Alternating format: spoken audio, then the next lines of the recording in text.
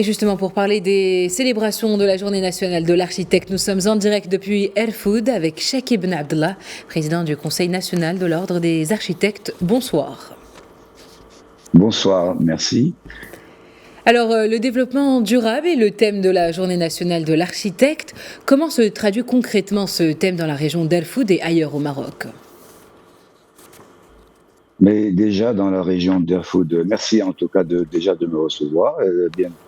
Bien entendu, le choix d'Erfoud n'est pas anodin. C'est une région très riche en Qsor et Qasba. Et les Qsor et Qasba sont déjà en soi, ont adopté dans leur construction les principes de construction durable déjà par les matériaux, par l'utilisation de matériaux locaux, par une utilisation adéquate de l'eau, vu que c'est des régions où l'eau n'est pas très abondante, donc il y a un système d'irrigation contrôlé et qui partout par des moyens de canalisation souterraine conserve cette eau. Durable parce que les habitants contribuent eux-mêmes ont contribué eux-mêmes à la construction de ce sol. Et aujourd'hui, les meilleurs ouvriers pour la restauration de cette chose sont justement les habitants même de cette région.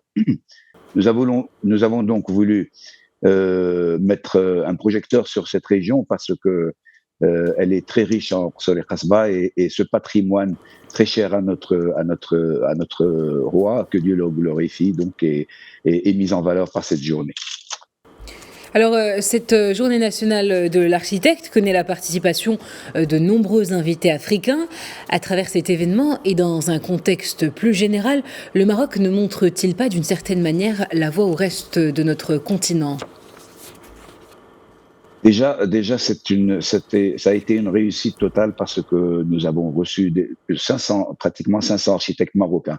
Maintenant, les architectes, nos collègues africains, ont déjà montré l'intérêt qu'ils avaient pour le Maroc lors du précédent congrès que nous avons tenu à Rabat, et ils ont tenu à être présents à cette manifestation. Donc, nous avons eu avec nous le président de la Fédération des architectes francophones d'Afrique, des représentants de l'Union des architectes d'Afrique, le président en personne, le président de l'Union internationale des architectes et le président de l'Union méditerranéenne des architectes. Donc tous ces gens sont venus parce qu'ils connaissent les potentialités du Maroc et ils ont vu nos expériences, ils ont vu nos réalisations. Et les liens que nous avons tissés avec ces fédérations donc internationales fait qu'aujourd'hui ils sont tous disposés à venir assister et à écouter ce que nous avons à dire, bien entendu, et à profiter des expériences marocaines. Plus encore les Africains que à l'échelle internationale, quoique nos expériences sur l'architecture durable sont des références pour beaucoup de dispositions aujourd'hui adoptées dans des pays européens. Alors, pour revenir à cette célébration de la Journée nationale de l'architecte, qui intervient en commémoration du discours de Feu Hassan II prononcé le 14 janvier 1986 à Marrakech, un discours tenu devant les représentants des architectes marocains. Qu'est-ce qui a changé ou plutôt évolué pour les architectes depuis cette date ? C'est une date historique pour nous. Feu Sa Majesté Hassan II avait une vision pertinente de l'architecture. On sait qu'il intervenait lui-même en personne dans toutes les grands chantiers qu'il a réalisés. Et donc, le discours prononcé le 14 janvier a posé les jalons de notre profession et les jalons de toute la réglementation de notre profession. Et par la suite, Sa Majesté le roi Mohammed VI, le 14 janvier 2006, a aussi tenu un discours donc aux architectes en mettant l'accent sur le rôle central des architectes dans l'édification et la modernisation de notre pays. Alors justement, vous venez de l'évoquer, la modernisation de notre pays. Peut-on parler du rôle central de l'architecte au sein de la qualité de vie des Marocains? Et en même temps, en parallèle, la profession a-t-elle connu une évolution positive? Bien entendu, vous le remarquez, le pays évolue très bien. Les écoles d'architecture se sont multipliées par l'intérêt que nous portons à l'architecture. Nous sommes à la base et nous sommes tous concernés par l'évolution de ce pays.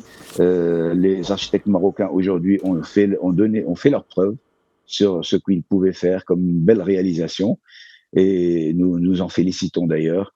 Et nous évoluons justement vers une meilleure formation, à chaque fois un peu plus orientée vers des secteurs spécifiques, comme d'ailleurs comme c'était l'objet de la journée d'aujourd'hui, où nous avons, dans les recommandations, nous avons demandé à ce que, au niveau de la formation, plus d'intérêt soit donné au patrimoine architectural local et donc, mais par rapport à tout ce qui est architecture moderne et l'évolution de nos villes, je pense que rien n'est encore rien n'est à démontrer. Je veux dire, tout est là, tout est apparent. Nous avons de très belles réalisations. Eh bien, merci pour ces détails et merci pour tout le travail réalisé par les architectes marocains. Monsieur Chakib Ben Abdallah, merci pour vos réponses. Je rappelle que vous êtes président du Conseil national de l'Ordre des architectes.